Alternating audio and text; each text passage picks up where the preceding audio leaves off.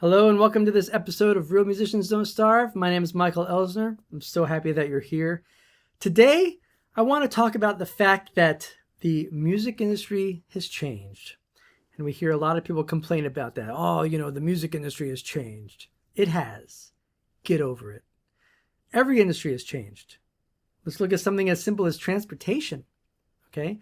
I mean, gosh, 100 years ago, in the early 1900s, if you wanted to go from one side of the country to the other, it would take you potentially weeks if you hadn't jumped into a car yet, if you were still, using a horse and a buggy. That would take you weeks, maybe even months, actually, at that point. Okay, but then the cars came along, the automobiles came along, and for the wagon manufacturers, if they didn't make a change, yeah, then of course they were going to go out of business. But is it a bad thing that that industry changed? No. Cars gave us a lot of freedom.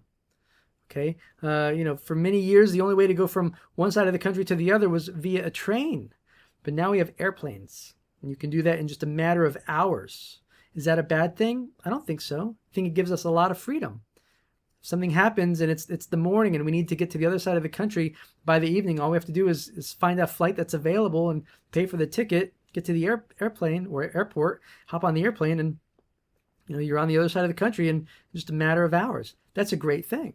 It gives us a lot of freedom. Okay, so I don't see the fact that industry's changed, and that's not a bad thing, but we have to utilize it to our advantage. Just looking at airplanes, just in the last 10 years alone, that world has changed dramatically. Now you can sit on an airplane with your laptop or your cell phone. You can connect to the Wi-Fi, and from a single seat, traveling at 500 miles an hour plus, over a mile into the air, you can connect with your friends throughout the entire world. You can text with people. You can do all the work you need to do. That's incredible. That's an amazing, fact that the industry has changed to allow us to do that, right? That's a great thing. So, the fact that the music industry has changed, that's not a bad thing. In fact, I think that's a great thing. The music industry has taken advantage of musicians for far too long, right? And it's time that we take back control over our careers and ultimately over our intellectual property. And by intellectual property, I mean our songs, our branding, right? Our names, our artist names, okay? Those are ours. But we need to understand how to utilize these changes to our advantage. In order to succeed, that's what we have to do. Now, the ones who are going to fail, they're the ones who are going to look at this and go, oh, this sucks. The industry's changed. There's no opportunity. Well, yeah, of course. If that's your mindset, then you're never going to look for the opportunities. Okay. And there really are two mindsets that we can have. We can look at things like that and be very scarce minded. Well, there's no opportunity. Okay. And when we do that, our mind is going to shut off and it's not going to look for the opportunities. It's just, what we say to ourselves is very important. But instead, if we look at it with a mindset of abundance and opportunity, right, it's going to totally change the way that we think about it. Instead of looking at it like, oh, this sucks, we can look at it and go, oh, this is actually really empowering. Now I can take back control. I don't have to deal with the politics of the traditional, music industry. I don't have to deal with someone else's opinions and all the BS of a label and dealing with publishers and stuff like that. Okay, your success will be completely dependent on what you put into it. That's very empowering, right? Well, that's how all successful businesses are run. Businesses succeed not by chance. They succeed because they're focused on success. If you create a great product or if you create a great service and you put it out there as a value to other people, you will succeed. And there's no difference between that working for a regular business or that working for a musician. The reality is this. Music is one of the very few industries where the people who want to be a part of it don't view what they do as a business. As a creator of songs and as a creator of content, you have to view what you're creating and what you're putting out into the world as a business. It's very simple. All right. So we have to look at it like a business. Now, the next thing that we have to do is we have to approach it. How would a business approach this? Well, they would look at the market. They would understand your customers. We have to approach it the same way. We have to look at the market that we're in, And we have to look at our ideal customers or our fans. I like to call these end users because in my world, it goes beyond just fans who are listening to our songs. It goes to the people who are actually licensing our music and really utilizing our songs. All right. So we have to look at the people who absorb our music. All right. And we have to look at the changes that are happening in the industry and how this affects them. People absorb music now completely different than they did 50 years ago, 20 years ago. 50 years ago, when my parents were growing up, they would come home from school. They would, sit in their bedroom and put a vinyl record on the record player and listen to their music. And they would focus completely on it. When I was growing up, it was cassettes. Come home, sit on the beanbag chair, put a cassette in the cassette player and, listen to the music, and you just focused on that.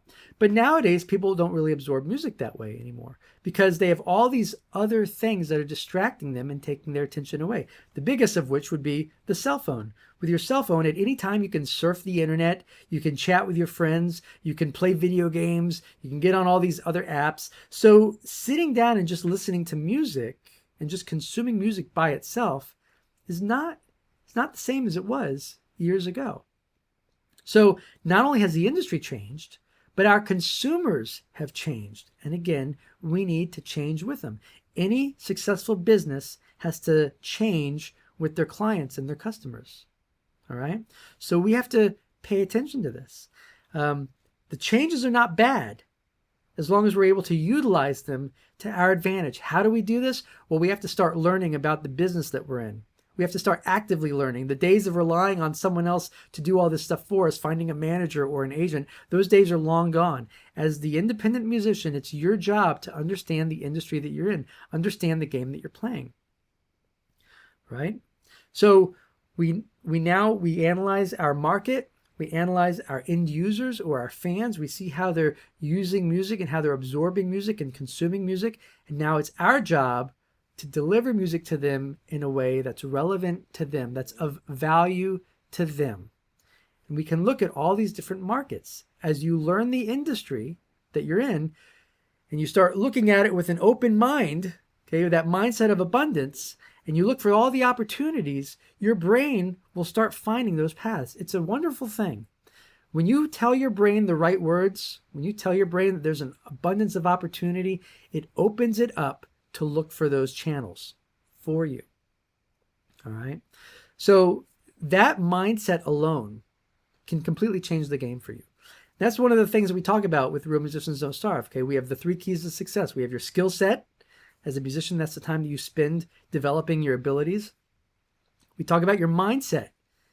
Your mindset is essential. You can have a mindset of scarcity. Oh, there's no opportunity. This sucks. Or you can have a mindset of abundance. There's plenty of opportunity. There's a river of opportunity flowing right next to me. All I have to do is stick my hand in and grab, or stick my net in and grab some fish, right?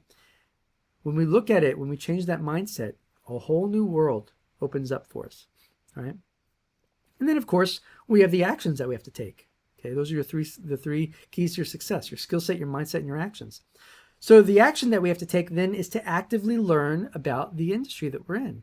We have to learn about intellectual property. Intellectual property is the song that we write. Okay, when we write a song, we own that piece of intellectual property. Well, how can we monetize that? Well, in order to learn how to monetize that, we have to learn about intellectual property. And to learn about that, all we have to do is read a book or two on publishing and songwriting. Not necessarily how to write songs, but how songs and how the intellectual property, the revenue generated from intellectual property, is distributed to the songwriters and the publishers. When we understand the basics of publishing, again, it will just open up doors for us.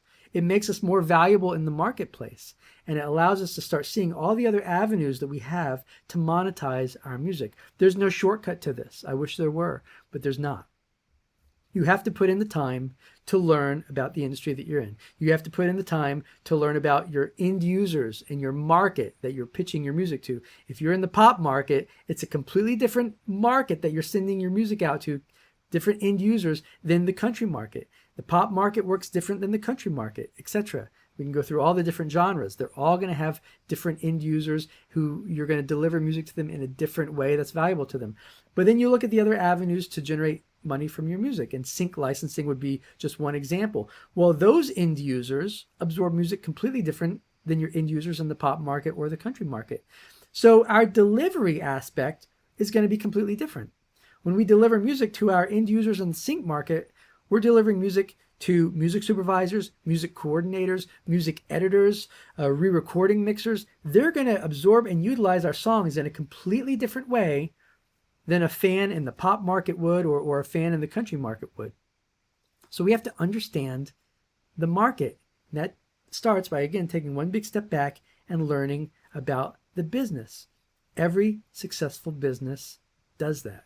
All right. But the music industry is an interesting business because most musicians, most people who want to succeed in it, they don't treat their music like a business. Now, if any of your goals over the next year include recording and releasing an album, or generating placements of your songs, or just building a fan base that'll sustain your music career, or even transitioning into full-time music, I want to invite you to my special workshop, Real Musicians Don't Starve. And in this workshop, we focus on the 3 keys to success. Okay, and in this workshop, you're going to learn an extremely powerful strategy that will allow you to create your own wow factor. This is what all businesses do. Okay, they focus on the product that they've created that adds value to their end users, or they focus on the service that they provide that adds value to their end users. That's the wow factor.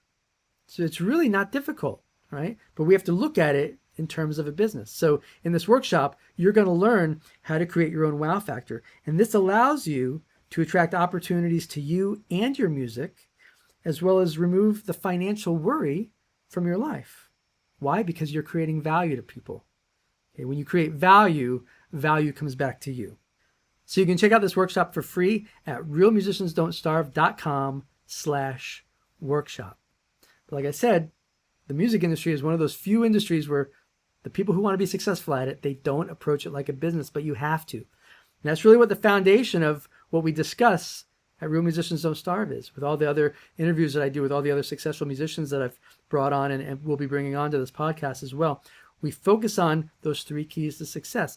And one thing that you will see with all of them is that they did approach their music and their career like a business. They learned the industry that they were in. They learned the market that they were pitching their product or their service to, whether they're a musician pitching themselves as a musician to other artists. That's their market. Their market is other artists. Or whether you're an artist pitching your songs and your albums to a fan base, your market would be those people who would buy that record or come to your shows.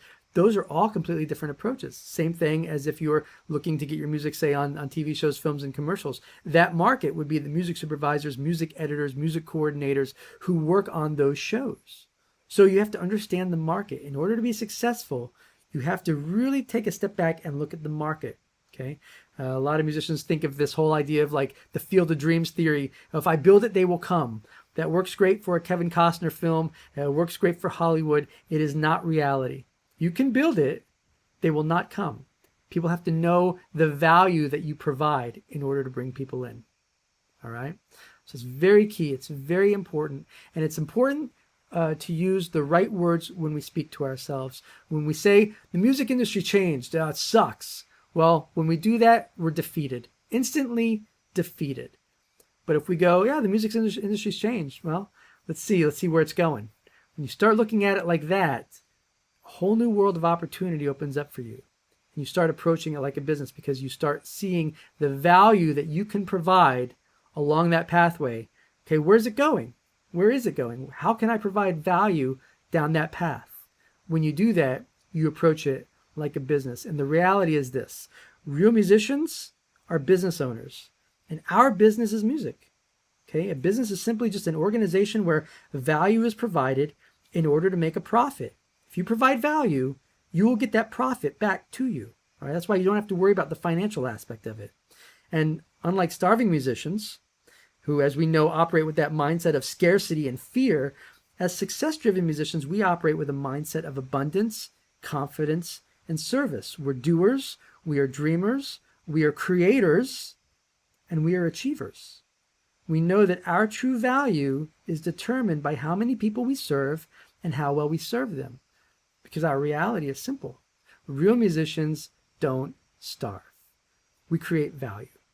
We create value for our end users, whether that be fans, whether that be music supervisors, whether that be our employees, if we're a musician working for an artist, we create value for others.